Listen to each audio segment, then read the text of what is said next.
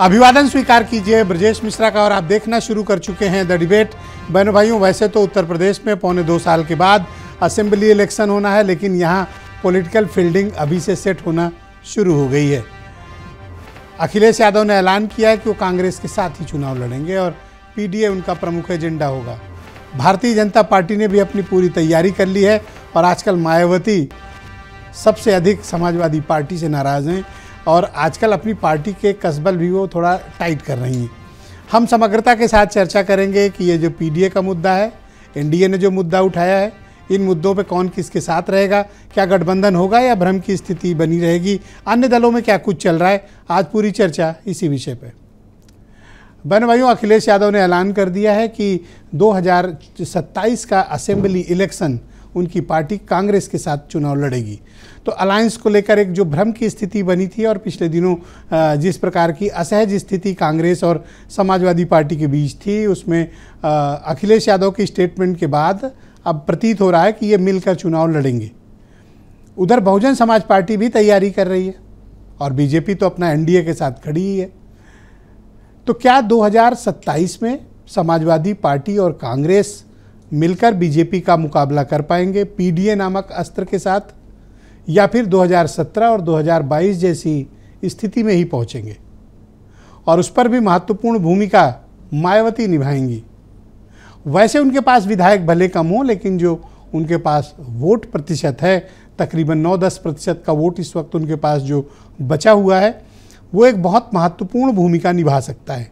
यहाँ 1% 2% पे बड़े खेल हो जाते हैं और किसी के पास 10% का वोट है, वो भले ही चुनाव न जीत पाएँ, लेकिन हराने के लिए वो किसी को सक्षम है। यही काबिलियत उन्हें मायावती बनाती है। तो उनका क्या रुख होगा?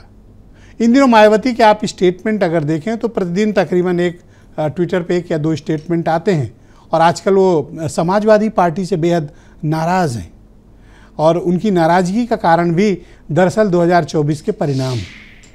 क्या जो दलितों का एक बड़ा वोटर वर्ग जो उस वक्त के इंडिया अलायंस के साथ गया था, क्या वो कंटिन्यू रहेगा उनके साथ या फिर मायावती उसे वापस लाएंगी? मायावती को पॉलिटिकल थ्रेट किससे है? अखिलेश यादव से या फिर योगी आदित्यनाथ से उत्तर प्रदेश के परिप्रेक्ष्य में? क्योंकि बीजेपी के साथ भी दलितों का एक बहुत बड़ा वोट शेयर गया और अगर गया नहीं होता तो 2017, 2022, इनफैक्ट 2024 के इस इलेक्शन में भी दलितों का एक वोट मिला, वरना बीजेपी के पक्ष में जिस प्रकार का माहौल था और जैसे परिणाम आए उसने सबको हतप्रभ किया। तो क्या वाकई में ये जो पीडीए का एजेंडा लेकर अखिलेश यादव चल रहे हैं, क्या वो एजेंडे की वजह से बीजेपी कुछ दबाव में है? हाल फिलहाल बीजेपी के जो कार्यक्रम, जो उसकी नीतियां और एजेंडा देखने को मिल रहा है और उत्तर प्रदेश सरकार के कामकाज के तरीकों में भी थोड़े बदलाव की आहट दिख रही है। बदलाव इस बात का कि अब थोड़ा सा वो पिछड़े और दलितों के एजेंडे पर बीजेपी, उनका संगठन और सरकार की नीतियां फोकस कर रही हैं। और मैं ये बात एविडेंस बेस्ड रखूँगा क्योंकि आपको याद होगा कि 14 अप्रैल को यानी बाबा साहब के जयंती पर मुख्यमंत्री योगी आदित्यनाथ ने कहा था कि वो एक बहुत बड़ी ज़ीरो पॉवर्टी स्कीम लेकर आने वाले हैं उत्तर प्रदेश में और ये स्कीम बाबा साहब के नाम पर होगी।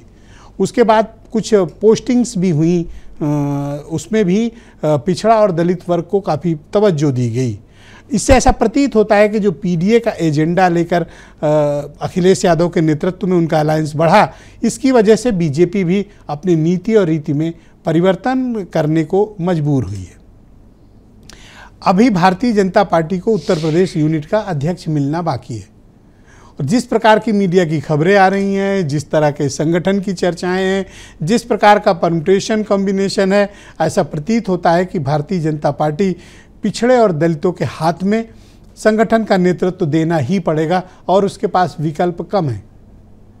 क्योंकि उत्तर प्रदेश में अपर कास्ट सरकार नहीं बनाते हैं, वो एक इन्फ्लुएंशियल की भूमिका निभाते हैं। यहाँ पिछड़े और दलित समाज की हिस्सेदारी बहुत बड़ी होती है। तो इनको इग्नोर करके या इनको साइड में करके या इनको बिना कुछ दिए इनके वोट लेना उत्तर प्रदेश में मुश्किल है। तो क्या बीजेपी ऐसा करने जा रही है? बहनों भाइयों, पर्दे के पीछे बहुत कुछ चल रहा है जिसकी शायद हम लोग को भी नहीं पता और आप लोग को भी नहीं पता, लेकिन जो आउटकम आते हैं हम उसे संकेतों के जरिए पकड़ते हैं।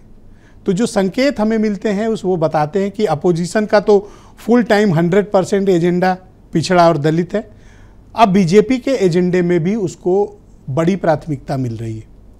और जो अलायंसेस बने हैं, ये अलायंसेस क्या 1.25 साल का वक्त है, कंटिन्यू रह पाते हैं नहीं रह पाते हैं, ये अलग विषय है। लेकिन आज के धरातल पर हम देखें तो बीजेपी अपने संगठन, अपने सहयोगियों के साथ यूनाइट खड़ी है।